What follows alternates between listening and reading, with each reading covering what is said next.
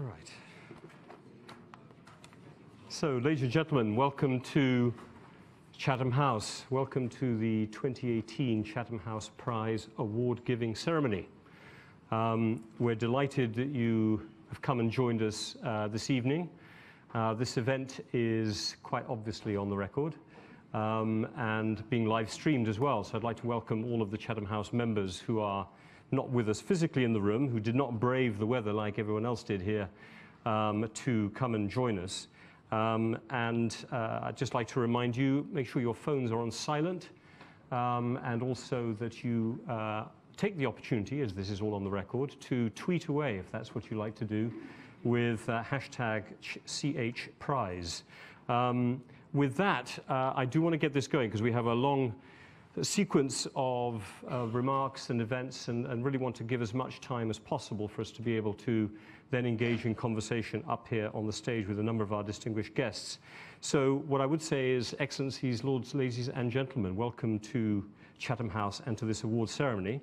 I'm delighted that so many of our members are here, but also we have members of our council, of our panel of senior advisors, and also representatives of the very vibrant diplomatic, business, civil society, and student communities here in London, whom you're all representing by being with us this evening. I want to say a special word of thanks right at the beginning to the lead sponsor and founding sponsor of the Chatham House Prize, which is Shell. They've supported the prize since its launch in 2005 and are actually the longest standing corporate member of the Institute, going back to the 1920s. So we're especially pleased that their support would let us do justice to this very special event in our annual calendar. The Chatham House Prize is in its 14th year, and it is presented to the persons or organization deemed by Chatham House members to have made the most significant contribution to international affairs in the previous year. The selection process, as I think you would expect from Chatham House, is independent, democratic, and draws on the input of our research teams and departments across the Institute, making the prize a unique award, we think, in the field of international affairs. The Institute's three presidents, Sir John Major, Baroness Manningham-Buller, and Lord Darling, select a short list of nominees from a longer list, which is submitted by our research teams based on their areas of expertise. The recipient is then determined by Chatham House members on a one-member, one-vote basis. And the prize is presented on behalf of Her Majesty the Queen, who is the patron of Chatham House, here at the ceremony. I'm delighted that Eliza Manningham-Buller has been able to join us this evening to make the award. What I'm going to do, though, first of all, is just formally announce here to all of you here, as you well know, that the award this year has been presented, or is being awarded, to the Committee to Protect Journalists. And let me turn to the citation that was offered to Chatham House members in this case. The Committee to Protect Journalists is awarded the prize in recognition of its efforts to defend the rights of journalists to work without fear at a time when the free press is under serious and sustained pressure in many parts of the world. A free press is an essential check and balance on government by scrutinizing policymaking and public administration and helping to promote honesty, accountability, and transparency in the exercise of executive, legislative, and judicial power. But as the rules-based liberal norms have come under increased pressure over the last decade, and as technological advances have given the world a variety of platforms to publish news opinion, so the Fourth Estate has found itself facing a number of challenges in fulfilling this watchdog role. Chief among these challenges, as recent events have tragically demonstrated, is ensuring that journalists are not only free, but safe to report the news without fear of reprisal. So, Excellencies, Lords, Ladies and Gentlemen, it's now my great pleasure to introduce Frans Everts, Executive Vice President of External Relations at Royal Dutch Shell, who, as the lead sponsor of the Chatham House Prize, will offer some initial words of welcome to this year's winner. Frans, let me invite you up to the stage first.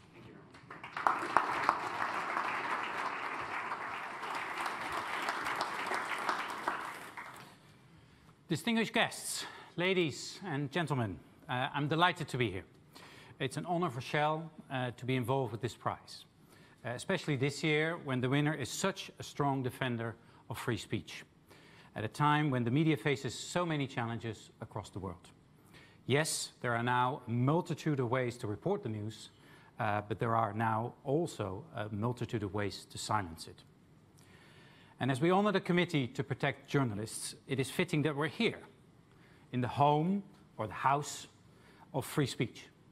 Chatham House thrives on open discussion and truth-telling, and it has done so for close to 100 years. Shell's been a member, as was referenced, already since 1929, and our ties are strong, and we are proud to have been associated with this prize since it started in 2005. Shell believes in free speech and the rights of a free press. And I say this as part of a sizable company whose coverage is not always favorable. We believe that the powerful should be held to account, that an individual should be able to stand up, speak out, and report on facts without fear. To be healthy as a company, as countries, as a world, we all need the tellers of truth, especially when facts themselves seem to be under increasing assault these days. A society must protect its free press and ask questions when journalists are bullied, berated, and silenced, when they disappear, or when they die for their work. The Committee to Protect Journalists is just such a guardian.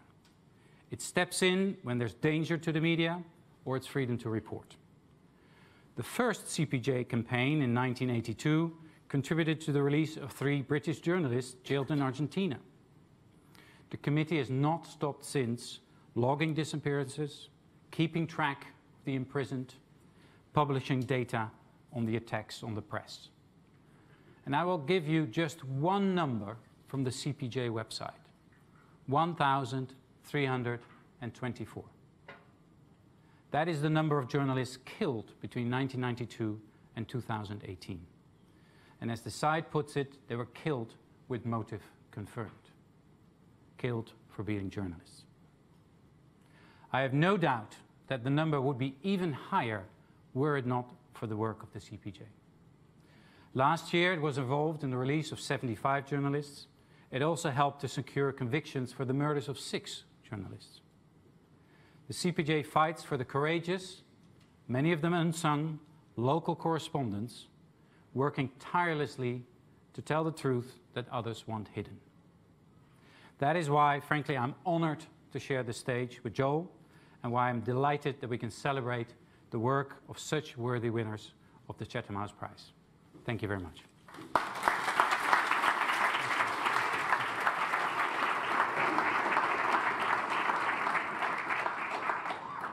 Franz, thank you very much for those very strong words and for pointing out the very important role that the Committee to Protect Journalists has been playing for so long. It's now my very great pleasure to invite Baroness Manningham-Buller, Chair of the Wellcome Trust Board of Governors and a President of Chatham House, one of the 3 who put the Committee to Protect Journalists onto our shortlist, to present the prize to Joel Simon, Executive Director of the Committee, on behalf of our patron, Her Majesty the Queen, after the presentation of the scroll, which has been signed by Her Majesty to Mr. Simon. And after his remarks, I'll have an opportunity to moderate a discussion here with a number of distinguished members of the press, and we'll have a chance to really dig inside some of their great achievements. But for now, Eliza, welcome back to Chatham House, and over to you. I've got nowhere to hang my microphone. Forgot to wear a belt. Ladies and gentlemen, on behalf of Chatham House, I'm absolutely delighted to present the 2018 Chatham House Prize to the Committee to Protect Journalists. You've heard already from the previous 2 speakers, and I know you'll hear from Joel in a minute, more about the work of this committee. But everyone in this room will know how vital that work is. In my lifetime, I think I've taken for granted a free press. I've taken for granted being able to listen and read and get views that don't necessarily accord with mine, but I believe generally an attempt at the truth, and therefore of importance to me. Those certainties have gone.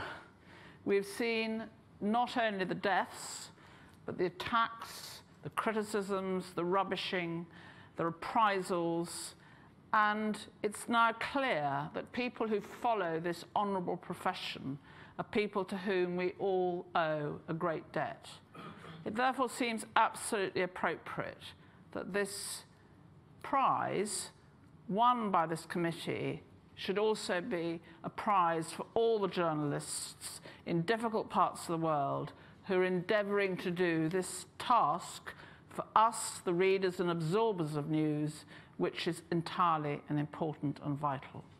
So it's with great pleasure that this year's prize I give to the Committee to Protect Journalism.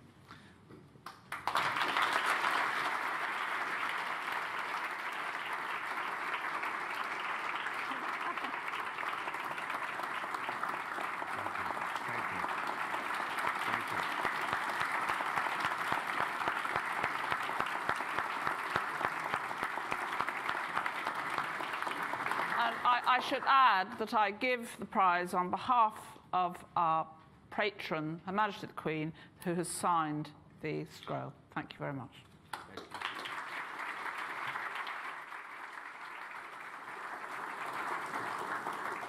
Where do I put the scroll? Thank you so much.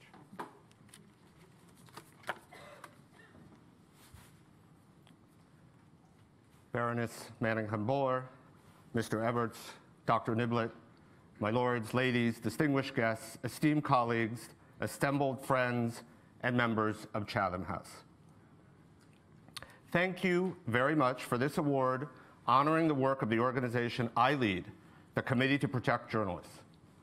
For more than 35 years, we have defended the rights of journalists to report the news without fear of reprisal. This has always been critical and demanding work, but this award, I believe, recognizes the particular challenges to journalists and press freedom today. This is certainly one of the most deadly, dangerous, and difficult times for journalists in modern history. A record number of journalists are in jail around the world, 262 at the end of 2017. We expect there will be a similar number in jail at the end of this year when we complete our annual tally.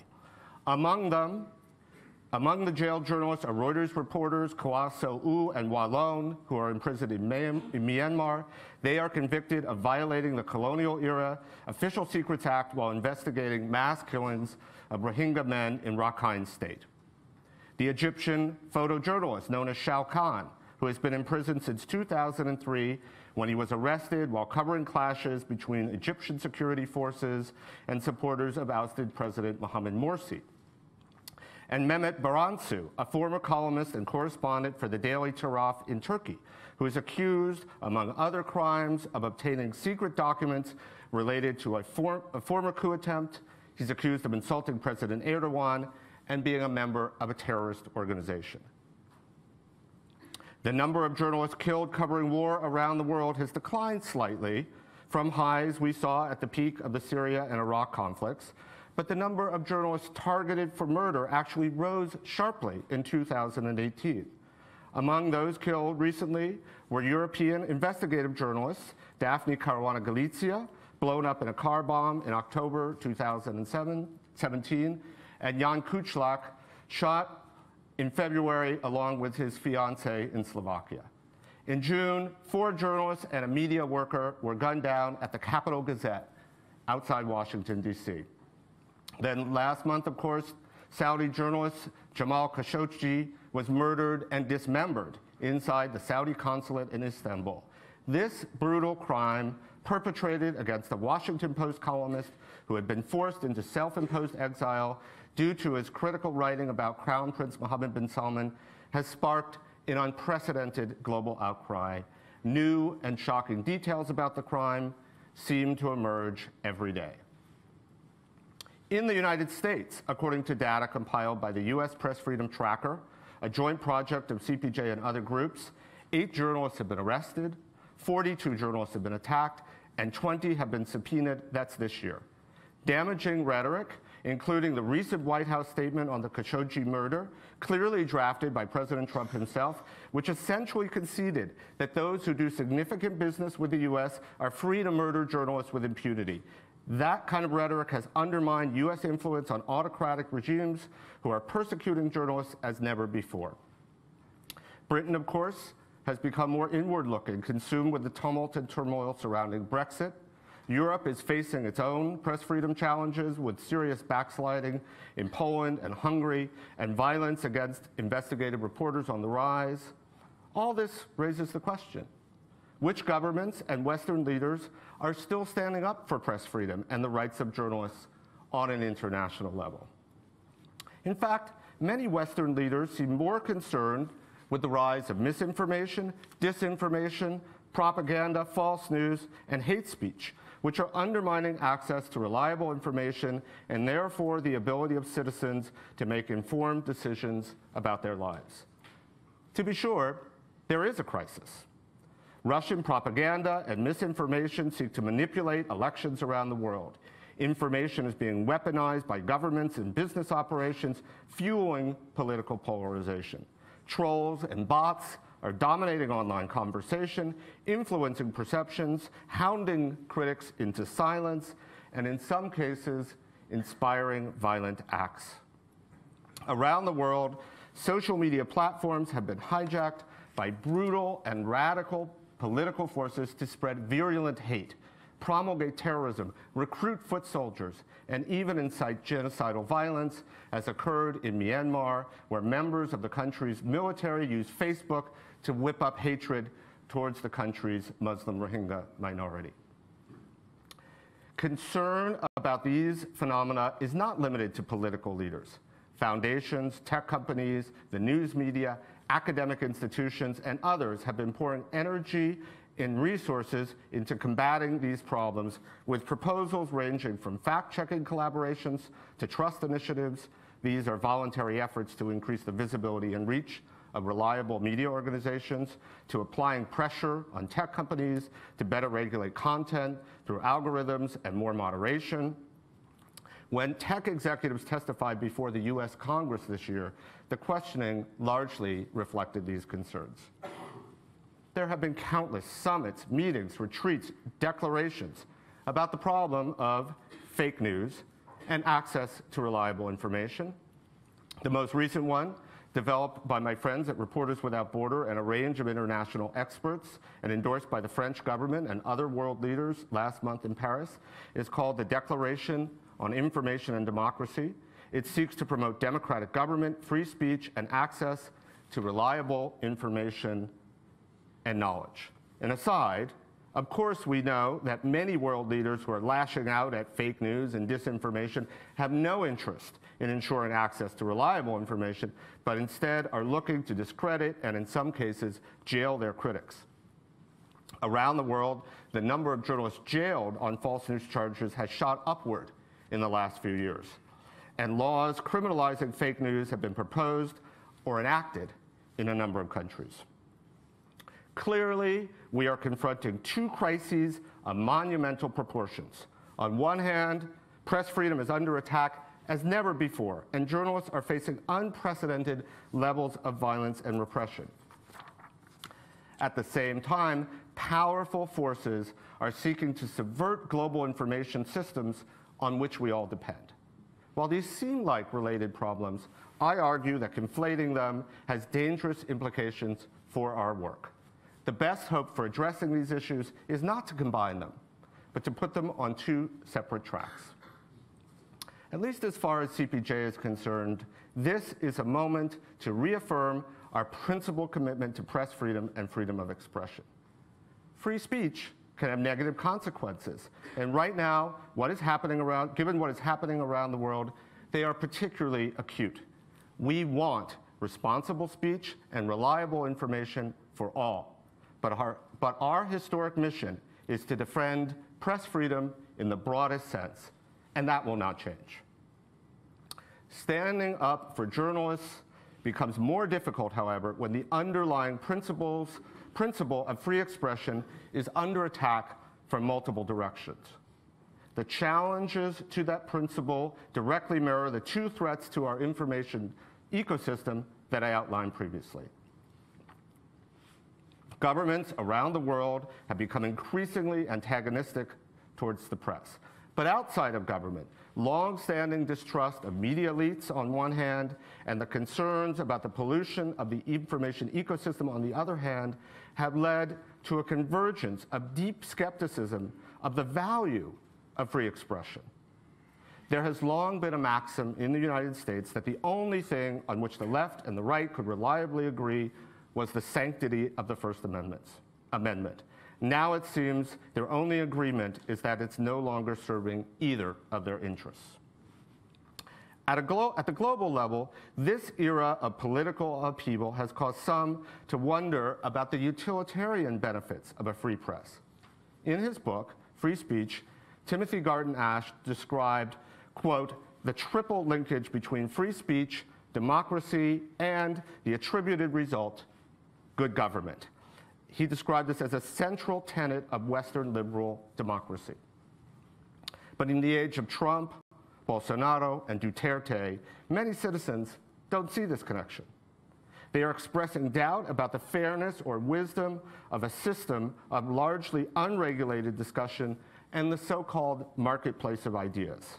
Like any marketplace, they note, there will be those with more or less capital. Shouldn't the scales be tilted, free speech skeptic asked, in favor of those with less power? At a time when partisanship, nationalism, xenophobia, racism, and anti-Semitism seem to be on the rise, do we really want, to quote the former US Supreme Court Justice Oliver Wendell Holmes, freedom for the thought we hate? Free speech expert and Columbia University professor Lee Bollinger has argued that a free press, quote, tests our ability to live in a society that is necessarily defined by conflict and controversy. It trains us in the art of tolerance and steels us for its vicissitudes. Whether or not you buy this argument that encountering noxious ideas can promote diversity, limiting the circulation or publications of these ideas still presents a slippery slope that we descend at our own peril. Curtailing speech can protect marginalized groups from expressions of hate, but it can also limit the ability of these same groups to fully articulate their views, particularly when they adopt a radical perspective. Ultimately, as the ACLU's David Cole wrote last year in the New York Review of Books, it's easy to recognize inequality, but it is virtually impossible to articulate a standard for suppression of speech that would not afford government officials dangerously broad discretion and invite discrimination against particular viewpoints. In the press freedom context, the inequality debate has played out for decades. Viewing Western media as beholden to capitalism and free expression as a tool of imperialism, the Cuban Constitution, for example, recognized freedom of the press, but only in accordance with the goals of a socialist society.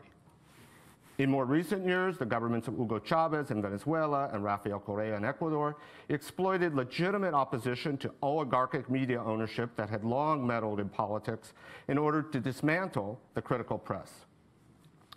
This is not to argue against reasonable regulation of media ownership and concentration, which has become a huge problem, not just in the developing world, but also in fully developed democracies. It's only to warn that without proper checks and balances, these arguments can all too easily be captured and used to advance the agendas of governments against their critics. In the US, we are already confronting this challenge. The free expression group PEN America cited the Trump administration's opposition to a merger between Time Warner and AT&T, which it alleged was in retaliation for its subsidiary CNN's critical coverage, as partial grounds for its recent free speech lawsuit against the president. Meanwhile, this wider societal reckoning with free expression doctrine has provided the perfect opportunity for those who seek to undermine our values. The Russian government in particular appears to be seeking to use press freedom as a wedge to expose the hypocrisy and hollowness of the principles at the heart of Western democratic tradition, with the Russian-funded international news organization RT as its tool. Like many state-sponsored media organizations, RT serves Russian state interests broadly defined. It uses journalistic content to achieve these objectives, which appear to be focused on undermining public confidence in democratic institutions. RT's coverage, whether in the US, Spain, Venezuela, or elsewhere, tends to be polarizing and divisive. In the past 2 years, the outlet has come under scrutiny over alleged efforts to influence the 2016 US presidential elections. As government agencies and the US Congress grappled with the proper response to Russian meddling in American politics, RT emerged as an easy target. In September 2017, the US Justice Department informed RT it would have to register as a foreign agent under the 1938 FARA law, which was originally created to combat Nazi propaganda and was amended in 1966 to focus on political activities such as lobbying by foreign governments. 2 months later, the Congressional Radio and Television Correspondents Galleries, the body that accredits journalists to cover Congress, unanimously voted to strip RT of its credentials. Entities registered as foreign agents are required to attach a public disclaimer to any information they distribute. They're also supposed to disclose any contact with government officials or the US media, a requirement which, if enforced against individual journalists, would make it impossible for RT to conduct confidential reporting. Perhaps, unsurprisingly, this move did not provoke any international outcry or inspire a global press freedom campaign. Who would want to associate with or defend the likes of RT? Well, at CPJ, we did. That is because while governments have a legitimate interest in tracking the lobbying efforts of foreign states and countering propaganda, a vague provision to compel registration of government-funded media organizations is far too prone to abuse, allowing any government, especially the current US administration, to determine what is journalism and what is not is a terrible, short-sighted idea that could have far-reaching consequences. The most immediate repercussion was a retaliatory measure from the Russian State Duma, which passed a law requiring that any news organization operating in Russia and receiving foreign funding comply with a restrictive and far-reaching registration requirement. Russia does not need a pretext to crack down on the media, but it's always willing to exploit opportunities. Compelling RT to register under FARA perfectly fits the bill. But the potential ramifications of this move extend far beyond Russia. Granting governments the authority to define journalism has real-world implications, ranging from implications about military targeting of journalists covering the battlefield to protection of confidential sources under shield laws. To the extent that RT is an instrument of the Russian government's information war, its role is to expose Western hypocrisy, particularly the selective defense of the principles that define democratic culture. By compelling RT to register as a foreign agent, the US government played directly into Russia's hands, furthering RT's mission more effectively than 1,000 polarizing stories. The first existential threat to the international press freedom community is the direct attacks, the jailings and killings of journalists engaged in critical reporting. The second is brought into focus by RT's roles and can be defined as skepticism of the value of the mission from within. This uncertainty stems from a rising fear of what internet and communication scholar Yochai Benkler has dubbed the network public sphere, the sense that it's spinning out of control. And that fear is understandable, given that many of the major political crises in the current moment have been linked to the pollution of our information ecosystem. In the United States, a field of emerging research is looking at the correlation between increasing polarization and the phenomenon of filter bubbles on social media. Studies in Myanmar and Germany have tied attacks on refugees and religious minorities to the use of Facebook. The spread of fraudulent news on WhatsApp reportedly assisted the election of far-right candidate Jair Bolsonaro in Brazil. In this increasing techno-dystopian environment, many freedom of expression organizations are asking whether they should be defending not just the right to report the news, but also the right to receive reliable and diverse information. Some that have decided that in order to respond to the urgency of the moment, they must expand their mission to include efforts on media literacy, breaking down echo chambers, and creating healthy media ecosystems. Protecting free expression is now being combined with initiatives from groups like Reporters Without Borders and PEN America to promote media pluralism, accountability, informed debate, and facilitating dialogue across polarizing differences. These are vital efforts, and some have been successful. But we at CPJ believe that in terms of our own mandate, that conflating efforts to create a healthier media environment with the defense of free expression and press freedom risks undermining some of the core principles of our work. Take, for example, the debate about misinformation. There are two reasons why this discussion is treacherous territory for press freedom advocates. The first is how effectively the disavowal of quote-unquote fake news has been co-opted by governments in places like Egypt, Myanmar, and Libya, and yes, the United States, to discredit and justify suppression of legitimate criticism. The second is because well-intentioned efforts to regulate our way out of this dilemma in places like France and Germany risk undermining the core free expression principles, that when we limit offensive speech, we threaten all speech. U.S. Supreme Court Justice Louis Brandeis famously maintained the fitting remedy for evil counsels is good ones. Timothy Garton Ash offered a more European perspective, writing that the only way to live together peacefully in our interconnected global world is to have, quote, more and better free speech. We need a culture of more robust civility, he argues, but also thicker skins. Garton Ash also enumerated the reasons that free speech is protected in the Western intellectual tradition, which range from, quote, the realization of individual humanity to enabling societies to find truth and good government. This last utilitarian benefit of free expression is why freedom of the press gets enshrined in constitutions and international covenants, and why the philanthropic sector is increasingly stepping in to offset dwindling media revenue. An independent and robust press can foster accountability, strengthen democratic governance, fuel investment, and limit corruption. But none of these outcomes are assured. And when we insert press freedom into the realm of politics, we play into the hands of repressive governments and endanger our central tenets. In fact, if we solely define journalism by its public service role and prioritize its contribution to a healthy media ecosystem over all else, we risk opening the door to unwanted oversight and regulation. Here's an example.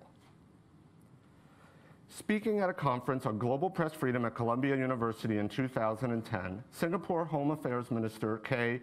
Shanmugam explained how his country's laws define what kind of criticism is permitted and provide a framework to ensure that the press plays its proper role.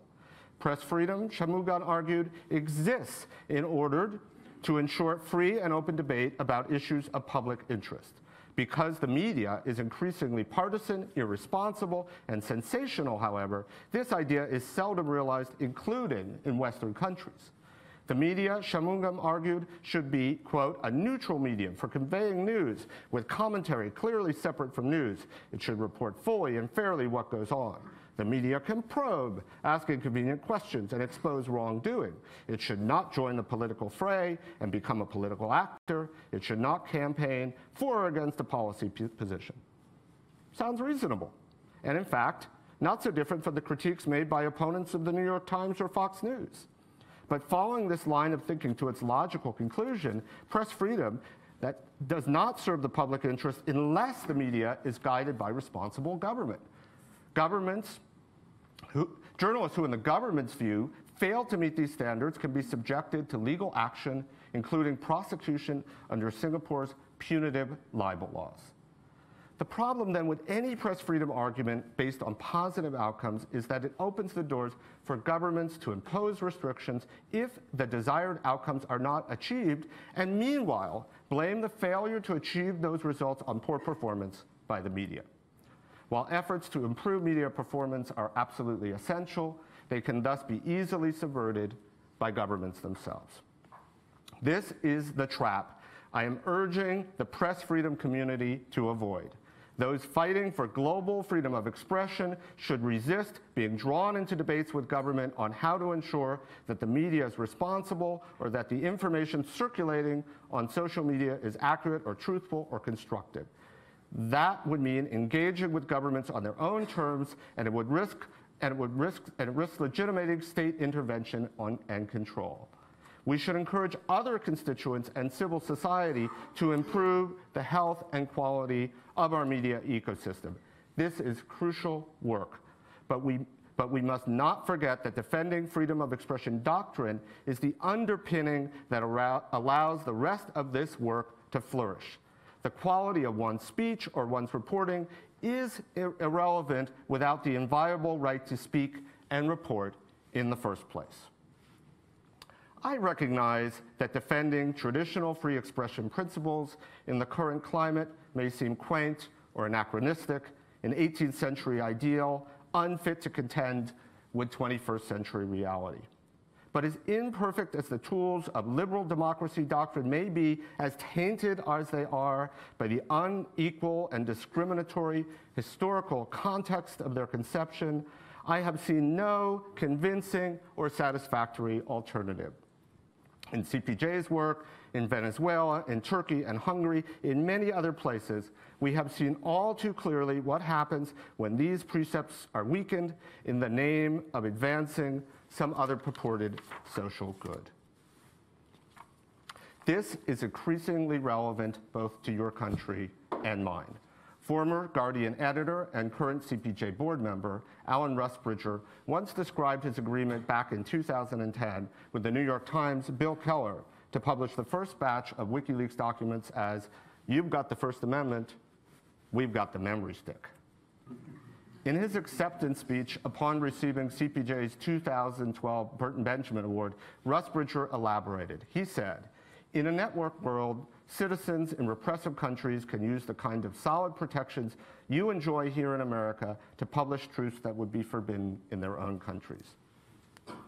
The next year, in the wake of the Edward Snowden revelations, in which Rusbridger and The Guardian again played a crucial role, CPJ published its first ever comprehensive report on press freedom conditions in the United States.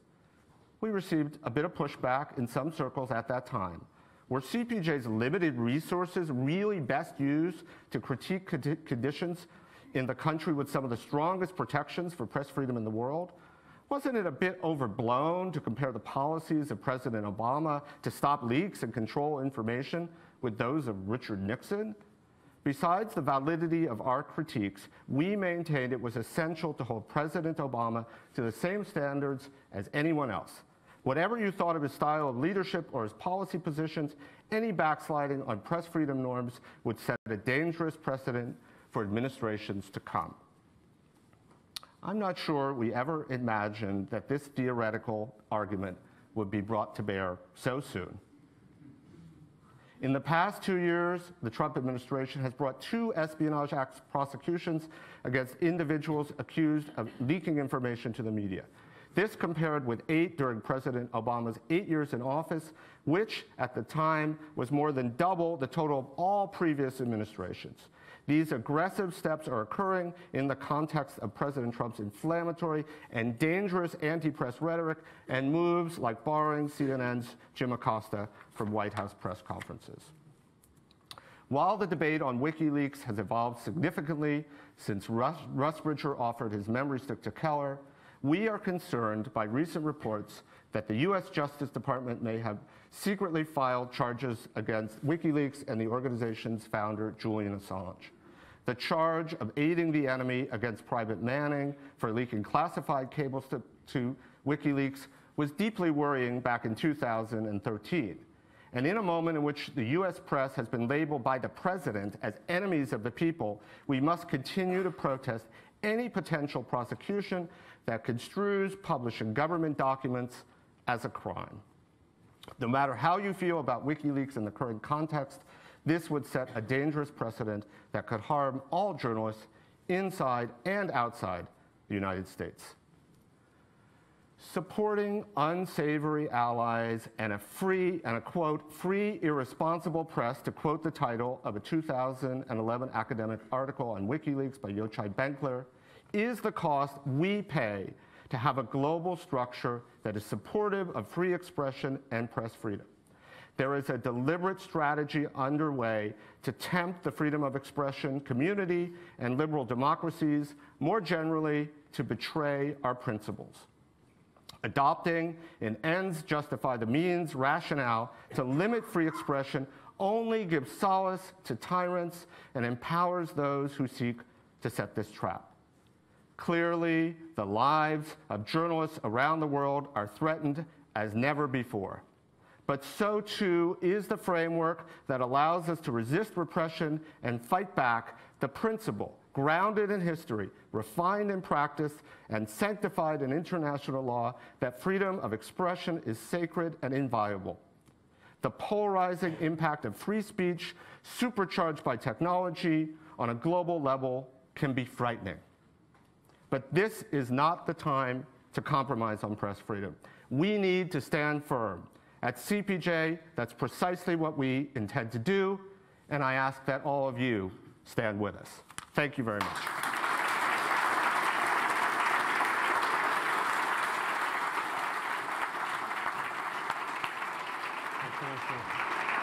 Have a seat here.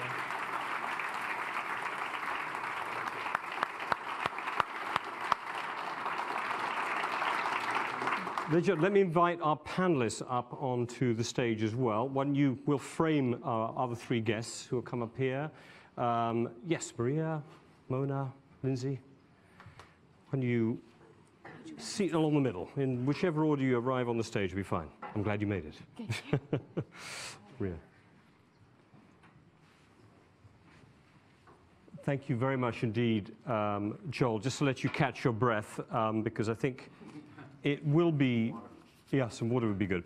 I think it will be interesting for, I think, us on the stage as well to engage a bit with Joel's quite important, well, very British way of putting it, quite important, a very important statement, this non-conflation of freedom of expression with the question about the freedom of the press, and as you said, the freedom to be able to say things that people don't necessarily appreciate hearing. And once you throw, WikiLeaks and Julian Assange in there, protecting, the right of Russia today to be able to do it, you could almost feel the mood in the room, going, oh, hold on a minute, I thought, so I think this is worth digging back into in a minute. But before I do that, and as I said, to give you an opportunity to capture your breath a little bit, I do want to do a quick set of introductions so everyone knows who's joined us up here on the stage for the next half an hour, 35 minutes. Maria Ressa, immediately on my right, is the CEO and executive editor of Rappler.com, which is the largest online news organization in the Philippines, but she's been a journalist for over 30 years, CNN's bureau chief in Manila and Jakarta, CNN's lead investigative reporter focusing on terrorism in Southeast Asia, published a number of books, has won a number of awards, and I would just note this year the prestigious Golden Pen of Freedom Award from the World Association of Newspapers, and importantly, the CPJ's Gwen Ifill Press Freedom Award. Immediately to her right is Lindsay Addario, who's an American photojournalist, has been covering conflict, humanitarian crises in the most difficult places of the world, in particular the Middle East and Africa, for the New York Times, National Geographic, and Time magazine. And I note here, Lindsay, that since 9/11, you've covered Afghanistan, Iraq, Libya, Lebanon, Darfur, South Sudan, Somalia, and the DRC, which is quite, I think, give people a sense of the danger she's put herself into, as well as the very important venues that she's reported from, and appropriately has won a Pulitzer Prize and a number of Emmy nominations and a MacArthur Fellowship. and Mona El-Tahawi, who is an award-winning columnist, international public speaker on Arab and Muslim issues, based, as we were discussing earlier, between Cairo and New York, although somewhat in Montreal currently. But she's a contributing columnist to the New York Times and Washington Post, has written a number of very successful books. Very importantly, was a very active player during the revolution that toppled Egypt's President Hosni Mubarak, and paid the price for your role at that time as well, having been held in jail and assaulted quite directly over that period, and has also won a number of awards for her work. So that's the group that are here, and what I want to do is ask you in a minute, just have a thought, because I want to throw a question first of all to Joel, but I'd like you, if you don't mind, if I can ask the three of you whether you have a question for Joel as well on this distinction that he's made, because Joel, if I can take it back to you for a second, at the core, I thought, of your argument was the fear that the extent to which we start to think of press freedom as synonymous with providing a public utility or a public good that must be judged as such. Correct. We are on a slippery slope, as much as we all may want to feel that we want to be there, we're on a slippery slope to giving tools and ammunition to those who'd like to control the press and bound it, not only in the kinds of countries that we associate with a lack of freedom of expression and a free press, but also in our own. And, you know, with that distinction, I think what you're telling me is there are some of your colleagues in your community who don't share that view. And, I mean, could you play back to me what their viewpoint is? What's at the hub of the disagreement between CPJ, let's say, and some of the other groups you mentioned, Reporters Without Borders? I don't think it's an active disagreement. I think it's a slightly different perception of what our mission and role is. I support the work that our other groups are doing to engage around this very important issue, but I think there are risks associated with that particular approach. I think what gives this ammunition is the free press and free speech are easy to defend when you agree with the perspectives being voiced. Yep. But the damage that's being done by actors which have penetrated the information space and are seeking to undermine democracy, fuel genocide, basically cower their critics into submission, are so dire and so severe that I think people, powerful institutions and governments are looking for a way out of that problem. Yep. That's a real problem. That's what I acknowledge, and we have to address it, and governments have a role. So it's just, what is the role of press freedom groups? Is it our role to sort of stay on the sidelines and raise our hand and say, you have a legitimate interest in controlling and managing the speech, but this is a step too far, and here's why. So how far are you comfortable with regulation going? Because certainly the online space, and we just saw it in a hearing that took place in Parliament yesterday, there is an absolute call now to regulate Facebook as a news provider, and Facebook being one of the absolute purveyors of a broad range of views, including some that I think you would say should be allowed out there, and people should be able to distinguish for themselves. So where would you want to see government drawing the line? Where do you think regulation is effective, and where does it tip over the line, not become fair? I know it's a very broad question, but maybe you give us an example of where you think it's gone too far and where you think it is fair enough. Well, I think the problem is it's drawing a line is incredibly difficult, and I don't want to draw it in a specific place. I mean, I think there's a debate about where the line is and how it's enforced. But what I've seen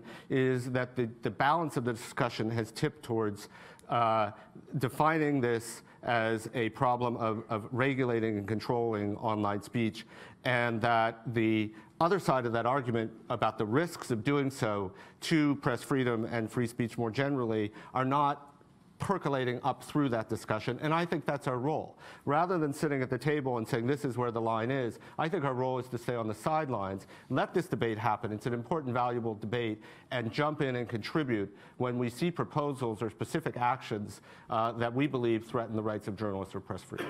So throwing it to our panelists here, did any of you sort of want to jump up at a point and say, well, hold on a minute, I don't entirely agree with that, or I do completely agree with the distinction that Joel was making? I mean, Maria, you're going to come in.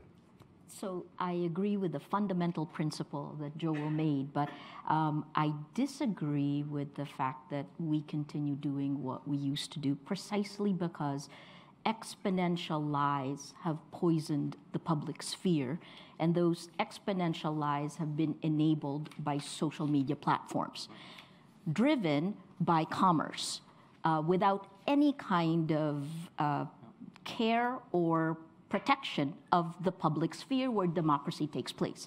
So I think CPJ, I think the press freedom groups must continue to push for press freedom, and great respect for all the work that they do. But at the same time, as we've seen, part of what's turned everything upside down and enabled authoritarian style leaders to come up exponentially much faster, right?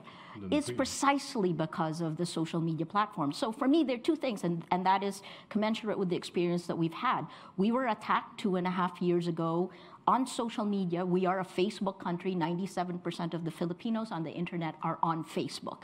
And Facebook determined the quality of our democracy. We're living through that, and because of that, I could face 10 to 15 years in prison. Now, hold on. Why could you face 10 to 15 years in prison? Just give us the link. Sorry, I just jumped it all together, didn't I? Give me that last link and then I'll take it down. So that link is the attacks first came, the lies first came on social media, and then about a year later, they surfaced as legal cases that were then filed against us by the government. And most recently, I guess about a week and a half ago, the government has announced, without even giving us the legal documents, that I would be indicted for tax evasion. Ludicrous cases, I've actually run out of synonyms for ludicrous, ridiculous, you know, but at the same time, we face this. But then what you're saying is the accumulation of, I'll use the phrase, fake news about work that you were doing has suddenly become the reality that courts then feel, well, we have to respond to this, at least you've got to be taken. I think these are new normals, right? We've normalized violence in the Philippines. We've normalized killings. We've normalized attacks against the press, especially against women. The level of misogyny and sexism that we have to deal with, this is now part of the oxygen we breathe. And that has an impact on values, including, well, I guess the last point is, and I'll shut up on this one, is free speech. That principle is being used to attack free speech. The very tools of our profession are turned against us. And certainly our government will not jump in to help. It's being used by our government. So it's almost an assumption that we lived in a world in which there were certain norms that were just not broken by governments because of the fear they might come back to them. And also in the end, a lot of these conversations about policy were pretty elite conversations. Now they are conversations that engage far larger groups of citizenry, and the government's become much more involved and concerned because there's a feedback loop which affects them, and then you get drawn in. Let me go to Mona next. I mean, is this about, well, I'll let you ask if you have a question to Joel on this, or if you want to come back, support or not, but is this about platforms? You know, in a way, the CPJ is there to protect journalists, yeah? And it sounds to me like we have maybe a debate between the platforms on which journalism and non-journalism takes place and the rights of individuals who are reporting news to be able to do so with freedom. I mean, do you think this is a question about regulating platforms but still leaving space for individuals? I mean, how does one create that division? Right, well, I don't like the word regulation generally anyway. Being an anarchist, being an Egyptian, being a feminist, being so many things.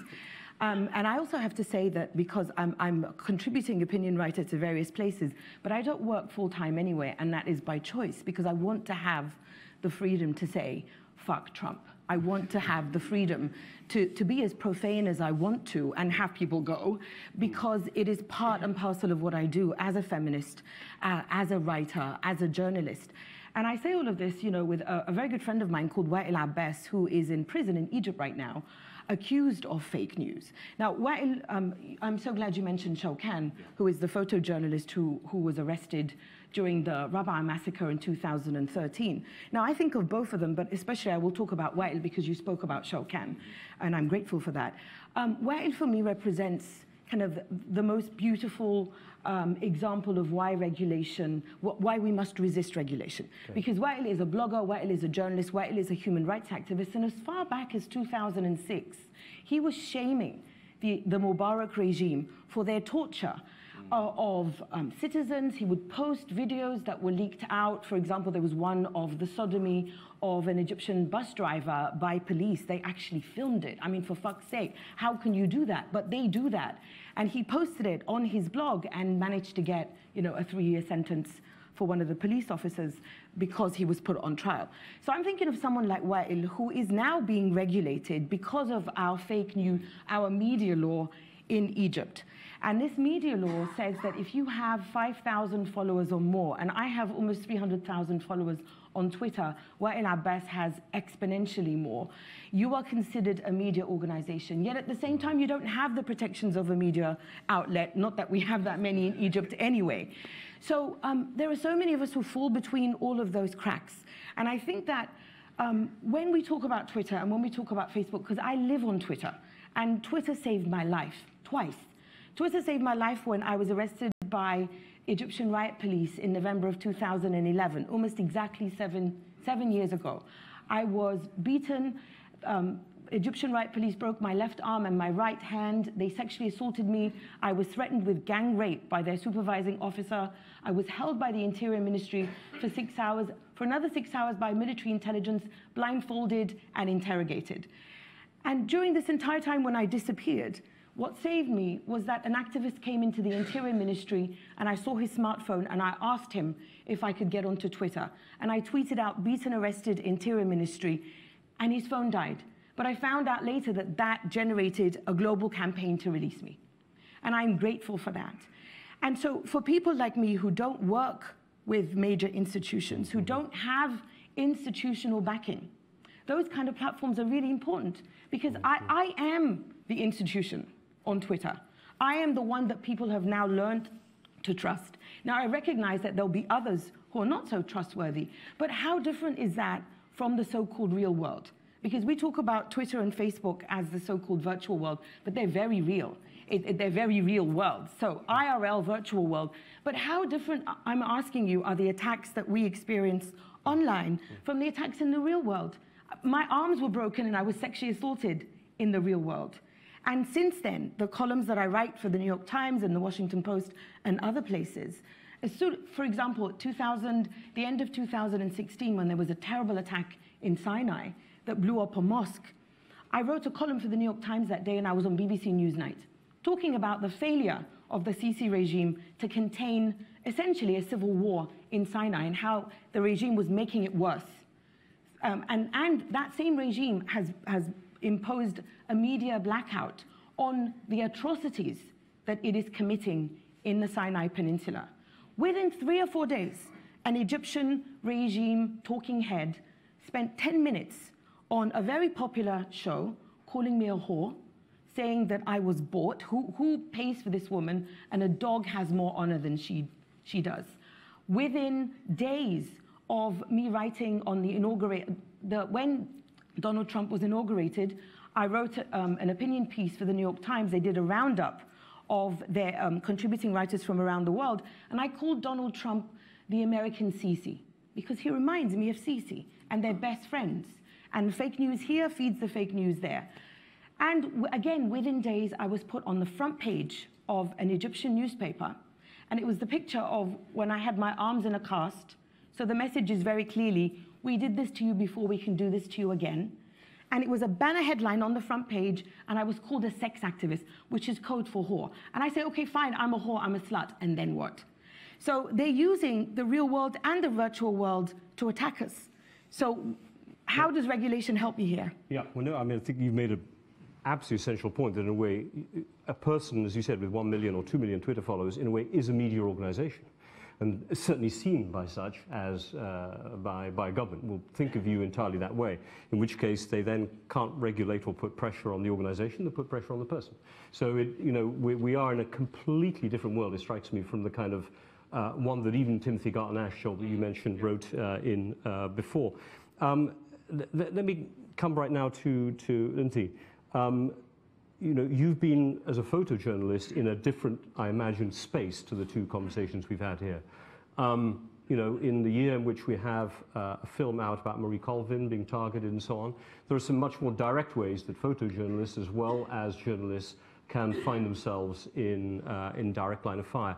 Do you get a sense that at the moment governments have been able to identify individual journalists, photojournalists or actors in a very targeted way rather than the organizations? Is it individualized much more, which I think is what Mona's saying as well, around individual people, and you lose in a way the protection of the big organization within this platform world? I mean, I think it has become, we have become more targeted over time. I know that when I first started out, you know, I could move around under the radar a lot. In 2011, I also was kidnapped in Libya, and there was a moment I remember I was with Anthony Shadid, Stephen Farrell, and Tyler Hicks, and there was a moment when we were first taken, and we were all told to lie face down in the dirt, and we each had a gun put to our heads, and we were all sort of staring down the barrel of this gun, just begging for our lives. And the commander of the Libyan forces loyal to Gaddafi walked over and said, "You cannot kill them, they're American." Now that's really interesting because that would never happen, I don't think, now in 2018, because we have a president who says journalists are the enemy of the people. And so, you know, Gaddafi at that time was saying, you know, all journalists are spies, so if you see journalists in eastern Libya, kill them. So of course, you can't blame these soldiers because they knew, they didn't have any other information. That's all they knew was what they were told by Gaddafi. So we were very lucky to escape that. I think now I've been doing this work for 23 years. I've been working in war zones for 19. There are many countries I can't get into. I've been blacklisted from Iran, from Syria. It took me 2 years to get into Yemen. Now, I don't know if that's just coincidence or if it's, you know, the fact that my work is more known. You know, but last year I got a call from the FBI saying, "You're on a wanted for arrest list and do not go." And I said, "Why? I've barely even worked in Syria." You know, I said, I've gone in 4 times, but not, my work certainly doesn't rival some of my colleagues' work that has been astonishingly amazing.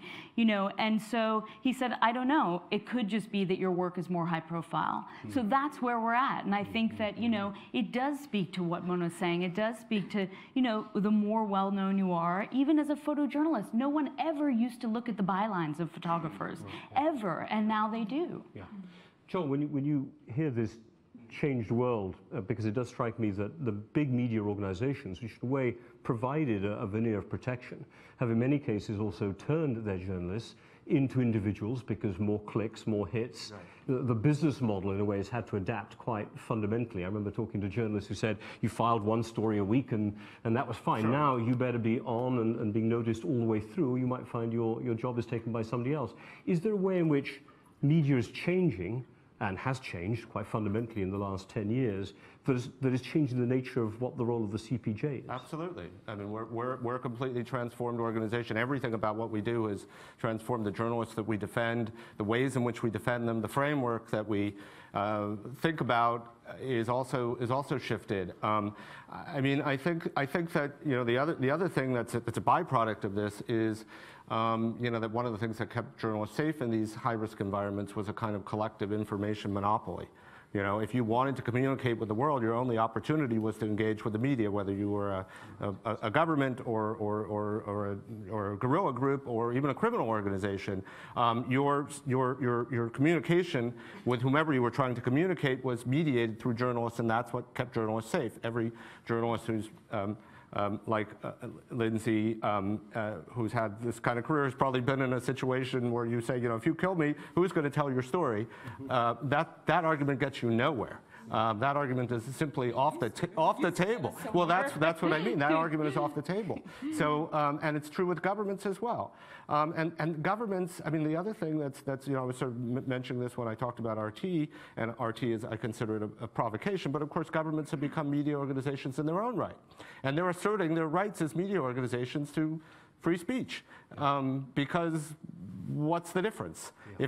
If they are communicating through these media entities that they've created, again, that's the trap that we confront. I also think that, you know, what Mona mentioned, I think the Egyptian government is Exhibit A on how these dialogues that we're having about, you know, responsible media, which is important, and regulating speech online, which is important. We have to figure out a way to do that. But when you have those conversations within a free speech framework, you give perfect ammunition to the Egyptian government, which has criminalized fake news. When you say, well, and as Mona said, extended that, basically making individuals with more than 5,000 media outlets, 5,000 followers, turning them into media outlets, and criminalizing speech that the Egyptian government deems to be quote unquote fake.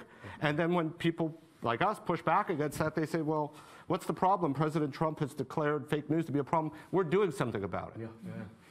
Maria, I know you want to come in one more time, Maria, and then we've got sort of 15 minutes or so to go, so I do want to get questions and comments in from all of our guests here. There's so much. I mean, I think the first fundamental thing is we really are individually attacked, right? It's as distribution has splintered, so have the attacks. They've splintered and they're individual. In 2014, Demos says women were targeted 3 times more than men online. Well, our data now shows minimum of 10 times targeted, women 10 times targeted more than men. The second part is that it's not just the government's right to do it, but the fact that they manufacture reality online, right? So the exponential attacks that we each get, I think what's new is that this psychological attack on each individual journalist is brand new. And that's something that we didn't really ever have to deal with before. It was far easier. I'm not sure if you agree with me on this one, but I thought it was far easier to be a war zone correspondent, a conflict reporter, than it is to navigate this world of exponential lies. I was receiving 90 hate messages per hour for a month, and trying to figure out what's real. And since I run an organization that, by the way, understands the best of social media, social media for social good, that's how we started. I drank the Kool-Aid, you know, but we were also first targeted, and part of what happened then was for us to then say, all right, so how do I protect my young reporters? How do we protect them? When does it sneak out of the virtual world into the real world? And then you look at the United States, and in one weekend they had Pittsburgh, they had Kentucky, they had the guy who sent the pipe bombs, and 4 domestic terrorist attacks based on the exponential hate on social media. I mean, right, let me open it up, because there's so many good points have been raised here, and I do want to add in one additional point as well, which you had in your remarks, the business about, you know, breaking the law. Yeah, because in the end, if people leak, in many cases, they are breaking laws. And you said that must be defended. Now, that's always been the tradition, and we think of it in the Watergate context, you know, because the government was hiding a bad thing. And then you find, you know, some leaks might simply be to embarrass a political leader or to cause, you know, some type of ruction. And I can see a lot of citizens going, hold on a minute, but maybe that's fair enough to criminalize journalists for taking leaks that are wrong. I mean, well, I want to be clear. I'm defending the right to publish the information. The leaking, depending on the circumstances, may or may not be criminal. But equating it with espionage is my concern. So if you are a government employee and you leak a confidential document, you are going to face very significant consequences. But leaking it to the press is not espionage. That's what concerns me. And publishing that information, that is stock and trade. I mean, if you criminalize the publishing of government secrets, journalists are out of business. Right. Please put your hands up, introduce yourselves, let's get some questions. There was one here and one here. So let's start on the side and we'll come to the middle. Yeah, Majid, yeah. Thank you. Majid Jafar, member of the panel of senior advisors of Chatham House.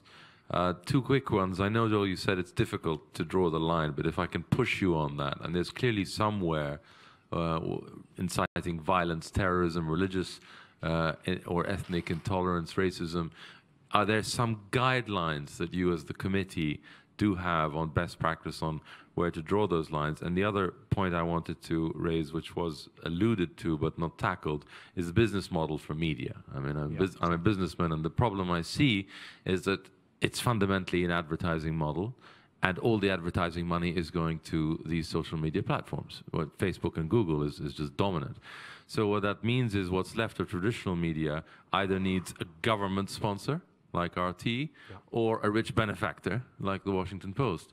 And is that really sustainable, if those are the institutions that you're relying on? Exactly. And does something need to be done about that? Because you won't have the institutional backing, as we heard from one of you just on Twitter alone, as one of thousands. Yeah, a question here in the middle.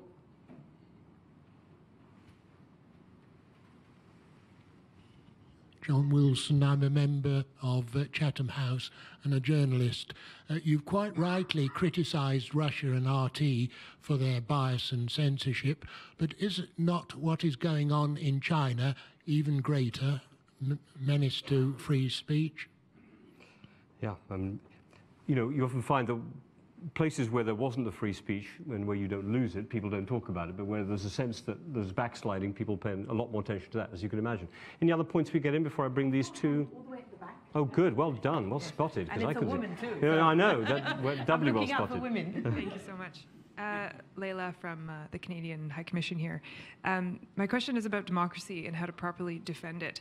It was, I think, very quickly pointed out that democracy itself and its openness is being exploited and sort of it's being fed on by its own openness. So how do we address that while keeping our societies open and democratic? Yeah. You've got that question as well, yeah. So why don't I run it down, but let me start in the middle as you just spoke, but Maria, would you want to go first? No, sorry, actually, Lindsay, why don't you go first? Lindsay. Which question? Because there were quite a few. Would you, I'm trying to think what the one about, is there a place where you draw the lines? Because that is, you know, yeah, what is free speech? I mean, this was you were defending in a way, almost the room not to defend lines, but yeah. I mean, I think that's the fundamental problem because obviously the general public has no idea how to curate their news source. I mean, they believe everything they see on social media. And so I think that leaves us journalists and people who have dedicated their lives to telling and documenting the truth completely powerless because suddenly anyone has a voice and that voice is credible. And so I think that is sort of what I struggle with. I see it all the time. Things are retweeted, reposted as if they're fact. And of course, we live in a very different time where we have, you know, eyes in America and a president that doesn't always abide by fact. And so we're playing on a very different playing field. So I don't know how to answer that question. I think, you know, is there a way to sort of teach people they need to curate their news source and understand that, you know, some people are credible and some people aren't? I have no idea.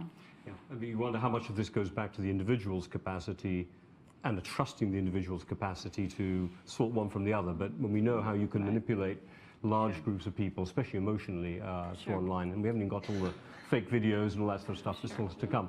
Mona? I want to throw into the mix as by way of kind of answering several questions at once, but also I think an important point that we have to remember. One of the best things about social media, I believe, is what we saw in Egypt in the run-up to the revolution, which is why I talk about blogs a lot and people like Wael Abbas, is that they gave a platform to people who were always marginalized and kept out of so-called traditional mainstream legacy media, call it whatever you want. And it gave people an ability to say, I count, that didn't exist. We had a host of, especially young people, women, men, people of various minorities in Egypt who, in the run-up to the revolution, found the power of saying, I count, through Facebook, through blogs, you know, as much as we are reassessing Facebook now. And I see it in the Middle East and North Africa, especially now, and various parts of the African continent, with queer communities that were always kept out of the mainstream media. I see it in the United States with black women, for example. And it's especially important in the United States as newsrooms kind of scramble to tackle the Trump phenomenon. It took mainstream media so long to call Trump what he was, which is a racist, which is a misogynist. Whereas you had various communities who are not always represented in those newsrooms. Because, you know, we're holding kind of the newsrooms up, you know, and of course we should elevate the newsrooms. I was a Reuters correspondent for many years. But who did those newsrooms keep out for so long? And what was the consequence of keeping those people out for so long? And those people now include me, who is a freelance journalist, who are finding a voice on those platforms. And now we're saying, let's regulate those voices. What is that going to do for them? Because you're still not letting them into the newsrooms of the mainstream media, where they can call Trump what he is, which is a racist and a fascist and a misogynist. So keep in mind those people who have always been, you had gatekeepers, and you're now trying to talk about a new kind of gatekeeping. Who is it going to keep out? And I'm thinking of black women and minority women and queer women. Okay, yeah, Joe. So let me first of all make a point about the day-to-day work that CPJ does. It's defending the journalists on this panel. So the day-to-day work is very practical. But what I wanted to do today was think about what is the best way to achieve to be successful in that day-to-day work? What is the framework that we should be applying? I believe the press freedom framework and the free expression framework is the right one, rather than fighting to create sort of a pure information environment. But let me address the question about how do we regulate Facebook? First, I wonder, if we're asking the right question. There's starting to be debates around, is this about regulating the existing reality, or is it about changing the reality? Is this really an antitrust issue? There's a very important new book from Tim Wu that kind of argues we shouldn't really be trying to regulate our way out of this. In terms of regulating speech, we should be thinking about, do the platforms themselves have too much power? Which is not a freedom of expression issue, by the way. It's a much broader issue, and I would suggest that maybe that's a framework we should consider. But looking at the day-to-day reality in which we're living, obviously, Facebook, Twitter, these are private companies. They have a tremendous amount of discretion. They're beholden to shareholders. They have to make a profit, and yet they become quasi-governmental, like a public realm. So they're really in a difficult position. I think at a minimum, they have to conform to international human rights law and human rights standards in every country in which they operate. There's an organization called the GNI, the Global Network Initiative, and their role is to ensure that the companies abide by human rights standards, and rather than enumerating and enunciating the specific frameworks, that I would say the international human rights framework just needs to be applied to the social media companies. But the broader question I would ask is, should we be thinking about how do we regulate them, or should we be asking the question about, do they have too much power more broadly, and what do we do about that? And just on that point, the business about whether the business model is one where you could end up trusting more state-owned media organizations in certain countries, or is that almost the antithesis? I suppose it depends how the state is regulated itself and how it's run. So, if you end up banning RT, you could, BBC then, I suppose, a state-owned thing. BBC World Service. I mean, it's very reliable. Obviously, it's gold standard. So, I mean, it's not. Is it the state ownership, or is it the perspective of the state? That's the. And have you been involved at all in China? Well, yeah. Of course. If you defend the rights of journalists and freedom of expression, you're very involved in China, because China is perennially the world's leading jailer of journalists. Turkey has surpassed it in recent years, but that's historically China has been the world's leading jailer of journalists. And of course, the kind of framework that the previous government in China enunciated of, the press is sort of the watchdog of the people and helping the Communist Party keep an eye on corruption, and that's out the window. Obviously, there's a new and much more repressive framework in China, and China's vision is regulating the domestic space, asserting control over the global internet, and using its media properties to change global perceptions of China. So they're active on all three fronts. I want to pull up together a few of those strands, right? So the first is the gatekeepers. That's actually what was taken away from journalists, right? The world's largest distributor of news now are social media platforms. From video, it's YouTube. For Facebook, it distributes all of our news once instant articles came in. Not a fan of legislation, because I don't think our governments understand the technology well enough on almost every part of the world. So I continue to work with the social media platforms and push for something that comes from Southeast Asia, enlightened self-interest. It is in their self-interest to actually become better gatekeepers and put this trash out. And then how do we put Russia and China together? I think of it this way, and this is the threat to democracy. I think Russia is a B2C manipulation, and China is a B2B, right? The very last, the last Freedom House report said this, and again, it's a rollback of democracy globally. The November 2017, the very first academic reports came out that showed you that cheap armies on social media are rolling it back. So it all comes together. Once we lost our gatekeeping powers, we became individually vulnerable, and the public became far more vulnerable. Let me see if there's a last set of questions, because now, of course, typical, lots of hands go up. I've seen 4 hands. I'm going to take them all very quickly, because we hear 2 at the front here, 1 lady there, and 1 lady here. All women, in this case. Hi, Bénédicte Pavio, correspondent, UK correspondent for France 24 in French and English around the world, ex-BBC, full disclosure. I'm also president of the Foreign Press Association in this country, and we had the Secretary General of Reporters Sans Frontières, Reporters Without Borders, on Monday. One fact, one sentence. The people who are putting the most money in channels and in journalists, I can tell you, as president of the FPA, are states. We are living in a world waging an information war. Journalism, as I said in my speech on Monday, is not a crime, and journalists are not enemies of the people. Whether Mr. Trump wants to look in the barrel of a camera or Mr. Robinson wants to do the same outside the Old Bailey. And finally, I just want to turn to the future. We haven't spoken about the future. We need to look at young people across the world. Who is curating, you ask, extremely eloquently? Indeed, we need to help young people. Anybody under 25 today is not looking at mainstream television, to my great disappointment, and I'm sure Lisa's and others. But the point is they're actually on social media. So we need information in schools. Let's get started so that they can curate that themselves. Thank you. Just pass the microphone to the person next to you, and then we'll go here. Actually, Hilda Rapp, Centre for International Peace Building. You've taken the wind out of my sails. Thank you. No, that's wonderful. Because I thought if we take it down a level, left-field question, if we go into schools, wherever we are allowed to, as we know, and help children to understand what evidence is, how to sort facts from fiction, become scientists, do proper research, we will create a new population gradually that will understand better how to kind of see what they're reading and understand what they're reading in a new light. So I think we can only protect journalists if we bring up a new generation that can think more freely and think more intelligently. Thank you very much for that. And then we'll go there. Yep, please, you're next. Yeah. Hi, I'm a journalist from Turkey.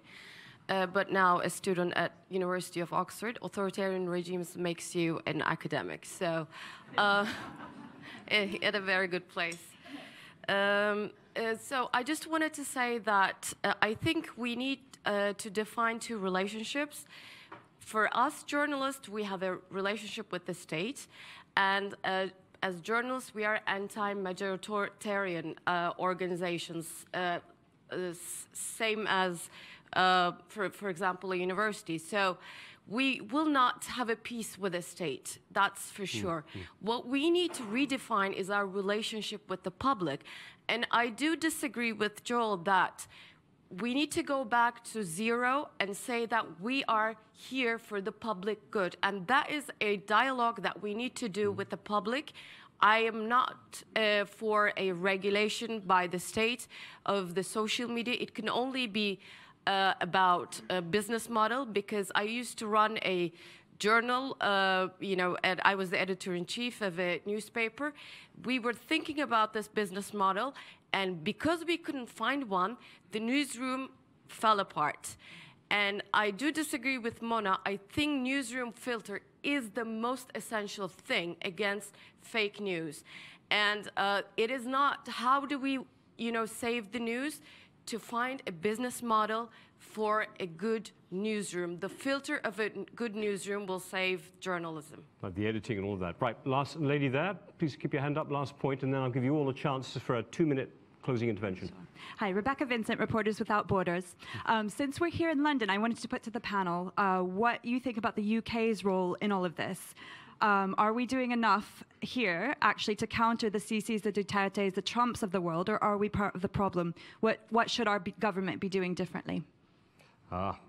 Britain, home of the BBC and all those places, and a big believer in an upholder of free speech going back a long, long way. John, I'll give you the last word, because I think that would be fair. So why don't I run down the side here, which means I'm starting with you, Maria. So there's a number you could pick up. States putting the most money into journalism. I thought very important point there. Who does the curating, the relationship with the state, the newsroom filter element, that role, that news is in a way defined partly by its capacity to be edited and filtered, and the UK role, if you've got a thought, any of those? Agree with information warfare, and that is part of the reason I think it's a completely different ballgame, because they are manufacturing reality, which actually manipulates people, right? And I agree with the newsroom filter. I think that, you know, when I look at freelance journalists, I know we need news groups have to become stronger, and in order to become stronger, we need to find business models that work, and that again requires renegotiating with the tech platforms, American tech platforms, which have really turned everything upside down. And then I think the very last part of this was in terms of the UK. I think you have to come to terms that you've also been manipulated. I mean, you know. Look back in 2016, and I'll push it back to when instant articles brought all of us in, right? The news groups into it. And Duterte was elected in May. A month later, you had Brexit. Then, you know, we had all the data by August, and I gave a lot of that stuff to the social media partners, the platforms who are our partners. And I think the last part, RSF, Reporters Without Borders, Joel mentioned the initiative to try to come out with a declaration, right? I'm part of that commission. There are 25 of us from 18 different countries. And part of the reason I'm part of that is precisely because I feel like this is a whole other world, like after World War II. We need to come back and look at the internet and say, this has changed everything. Exactly. This is like Inception. It's flipping the real world. And what are our principles and values? How do we save it for humanity? What are those things, right? And I think that's, sorry, I'll shut up now. That's the main point, because everything else, we're playing whack-a-mole. Exactly. I think as a freelance journalist, I've worked, 18, 19 years for the New York Times, but I've maintained my status as freelance like Mona, so I have the freedom to work with different publications.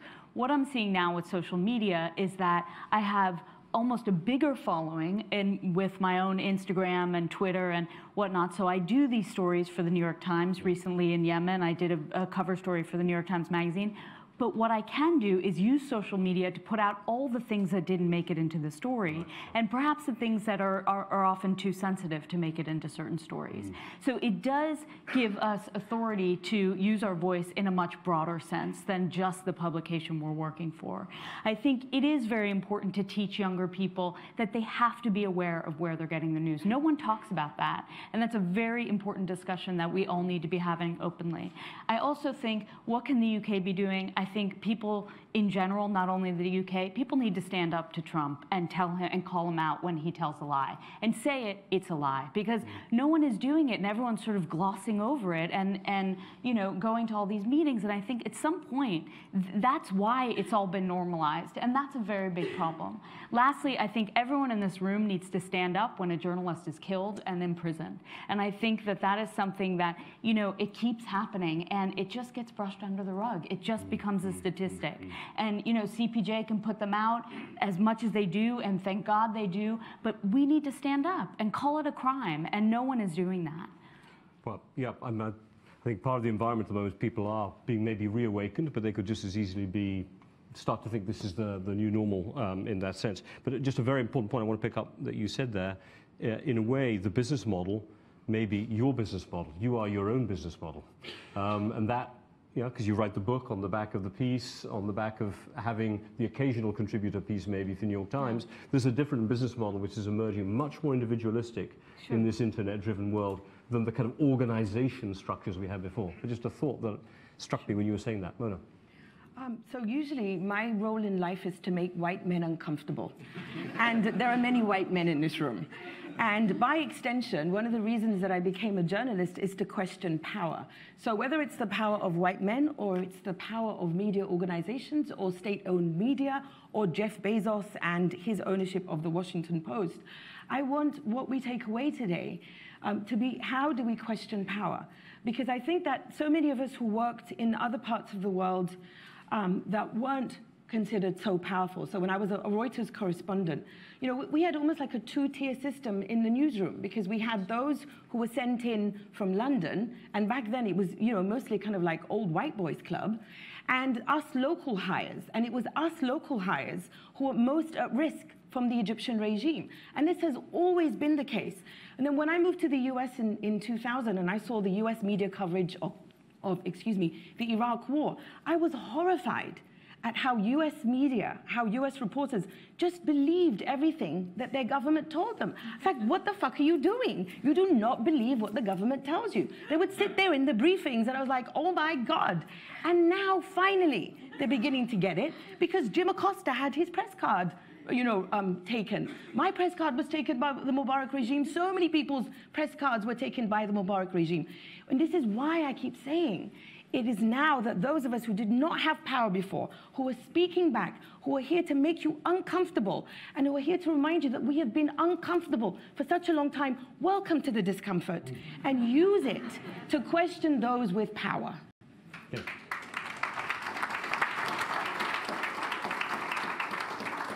I don't think it's only white men who've been abusing power. I think it's a lot more equal opportunity here. But turning to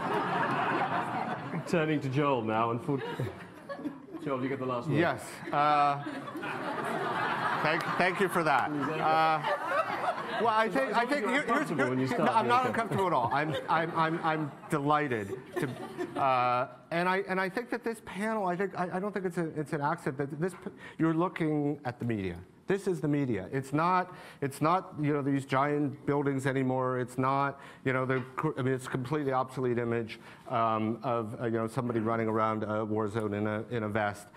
We are completely transformed, and I think what this panel and this discussion has made clear is just what's at stake. And we have to get back. We've had a very interesting discussion about the challenges, but I think what we need to do is reaffirm and recommit to defending the people. At the end of the day, journalism is done by people. And it can't be done by retweeting. It can't be done just by searching online. You've got to go out and you've got to observe, and that is the small end of the funnel, and then it branches out, and we get that information, we share it, and that's frankly what we as an organization need to do. What anyone who cares about global affairs, what anyone who's a Chatham House member, what anybody who's involved in foreign policy. Anyone who cares about the world, we must defend not just journalism, but the journalists who bring us the news. So much is at stake. I think it's been brought into crystal clear focus just how vulnerable journalists are, not just the individuals, but the systems that bring us the news. And so that's really what I want to leave people with, is just a recommitment and a reaffirmation to the importance of local journalism, a recognition that they're the front lines, and that the whole global information order depends on the work that the folks on this panel do. Joel, thank you very much for those rousing and powerful last words. I think two of my big takeaways from this is the extent to which the internet has changed everything. I mean, I knew it theoretically, if you see what I'm saying, but just hearing the way all of you have talked about it today has made me really think this, journalism and the role of it is so changed, and therefore the way that we think about the way we work with it is different. But the last point as well is we have to engage young people in this conversation. They're going to have to take much more ownership of the news. They need, they'll be less uncomfortable, but they will also be more challenging. And I think it's a responsibility we all carry here to be able to make sure that they're as engaged in these conversations as possible. And we'll certainly do that bit at Chatham House. But can you please give a very strong hand to a great panel and to the CPJ.